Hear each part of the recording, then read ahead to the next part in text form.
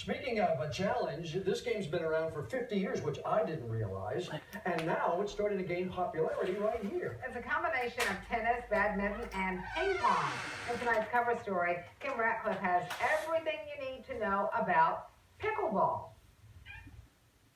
How much do you know about pickleball? I have to admit, I didn't know much about it at first until I played the game. So here's some background on it. Pickleball originated in Bainbridge Island right here. This is in Washington State, originating back in 1965 when two men basically decided to use an old badminton court to get their families out of the house and give them something to do.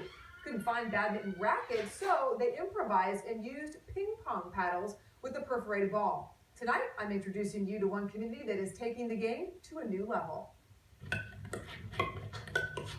More than 350 people are members of the Brunswick Forest Pickleball Club. They play on brand new pickleball courts in the community almost every day.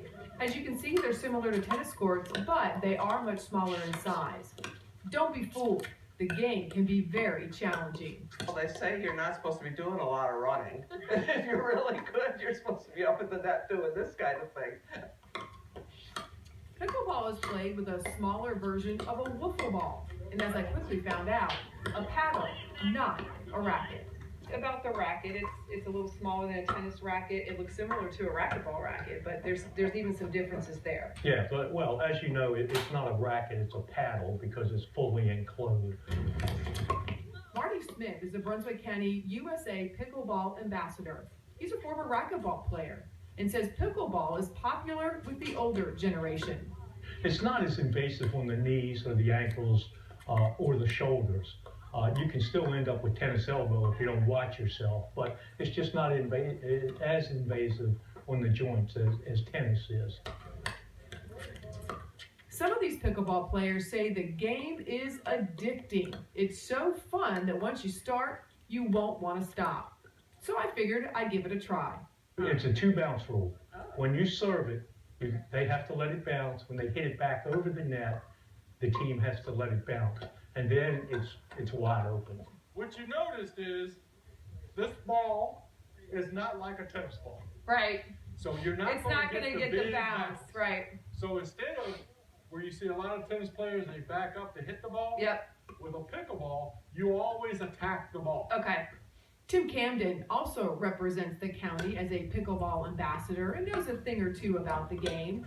He says if there is one thing I should know about playing, it's this. Never run backwards. Oh, never?